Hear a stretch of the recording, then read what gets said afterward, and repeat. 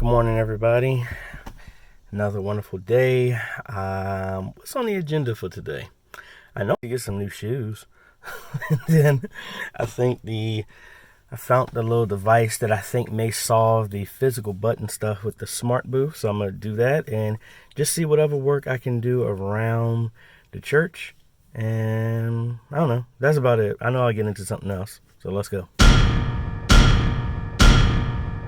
All right, so I'm now at my church, and what I wanted to do is use the smart, this remote plug to be able to turn on our amps here from downstairs. So I just took the one device, plugged in our amp into that. Now, I'm not going to do it right now, but we're going to take this and let's pull out the tab for the battery. Now, this is going to go all the way downstairs. So I've turned on the main stuff.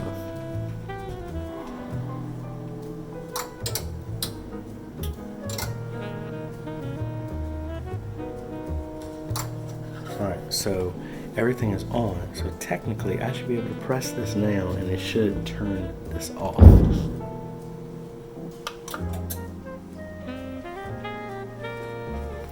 Yep, there it goes.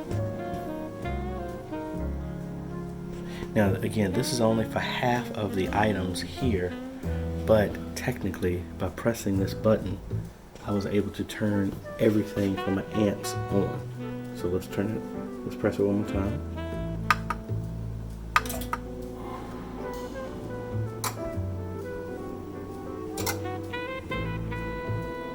Let's press it one more time.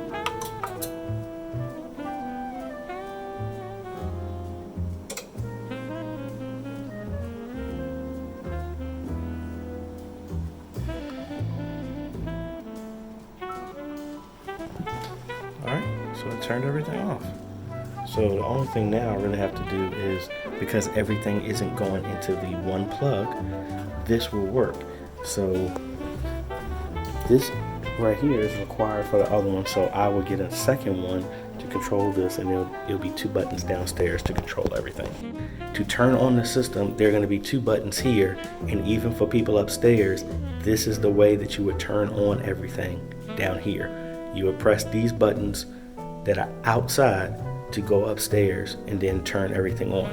Now, I am even thinking about keeping the door unlocked and then having the two buttons here on the inside so that people just in passing just won't hit a button over here and turn the system on accidentally. Now, the only problem with this is there's no way to remotely turn the system off. So if it's on, it's just on until somebody physically hits the button off, just like it would be with the system upstairs. But hopefully that will satisfy the people who wanted a physical solution instead of just software and an app to control everything. All right, so I think that button will actually work. So it won't be a smart booth, half of it will be. So the cameras and the converters that are normally on 24/7, they will still be on the schedule. It's not going to be the way I would really like it to be for right now, because the TP-Link stuff is still not working.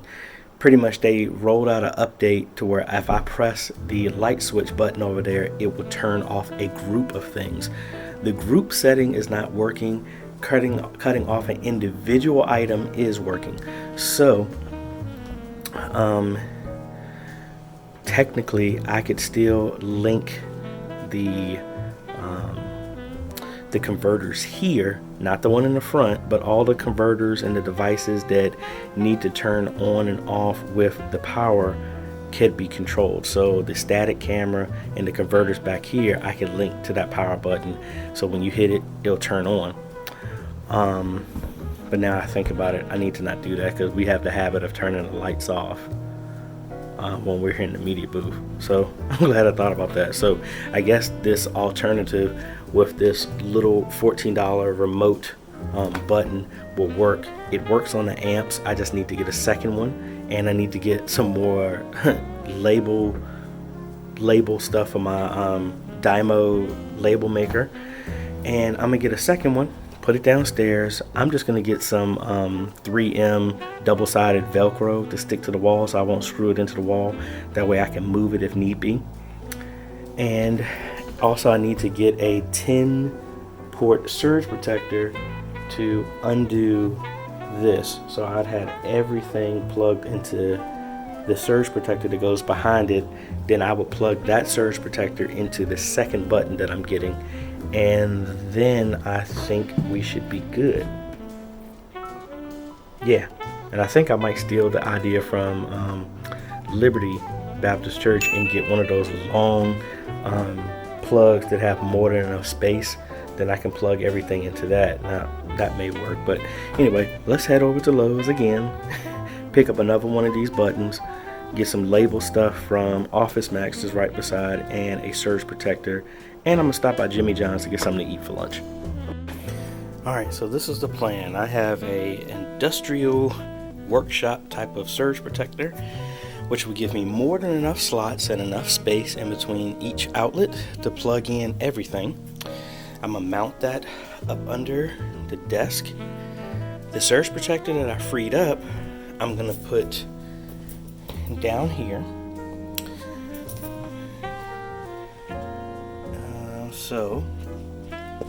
And the receiver plug that's right here is the one that's not being plugged in. That's what does the relay back to the amps in the front of the sanctuary. All of that will be plugged into plug number 1, which is the button that we already tested. I bought another plug, so all of these will be freed up and will be plugged into the big surge protector I just showed you. And that big surge protector will be plugged into another remote outlet similar to what I just showed you. And then now we have 2 buttons that will turn on everything upstairs. This won't be used at all, and this one will need to stay on all the time for that to work. So, and the buttons will be located downstairs. So let me bring everything in and we'll get to work.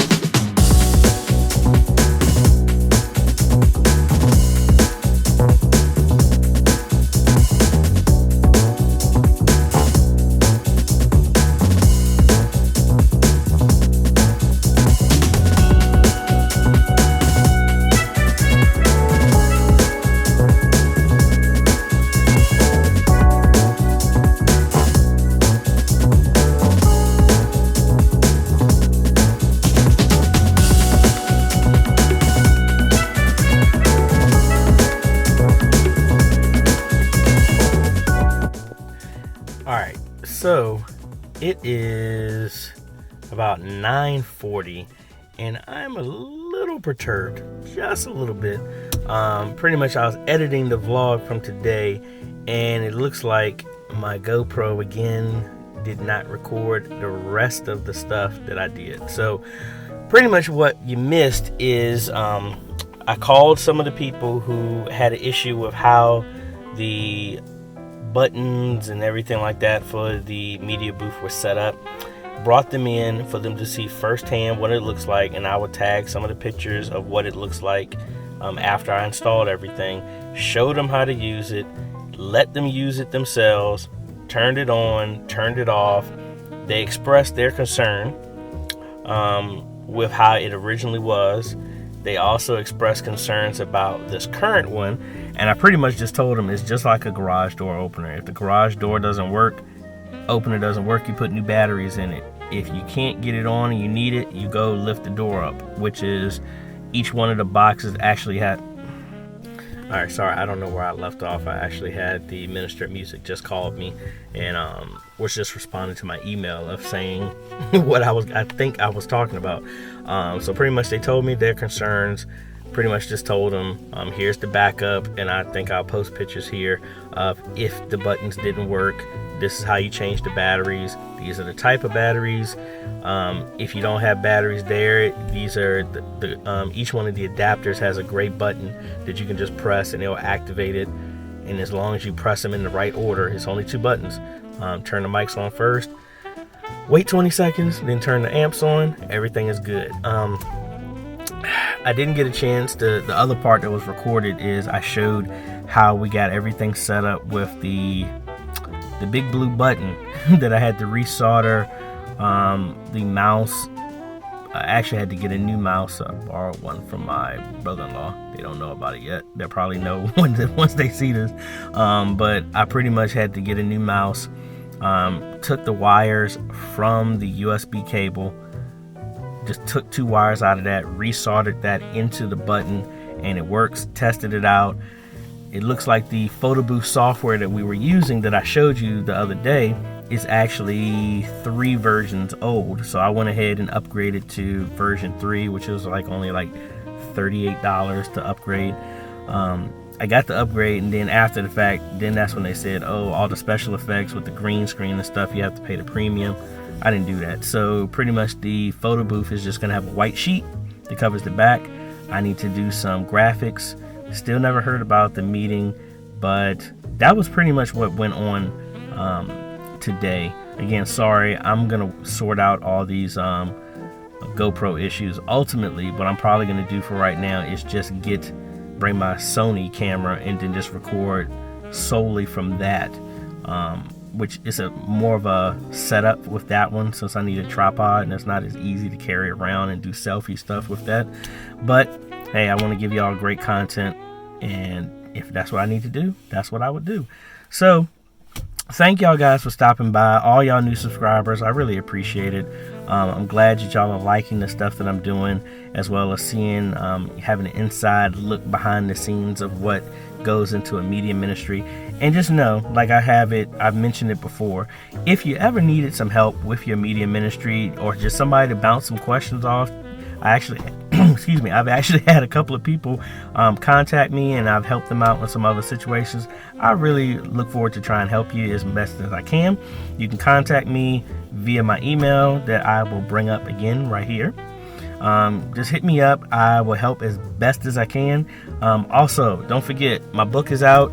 Hopefully, if you have some people who are kind of argumentative and are kind of against technology, hopefully that book will help. The first part, like I said, is more of talking about from a scriptural basis of why media ministry is important.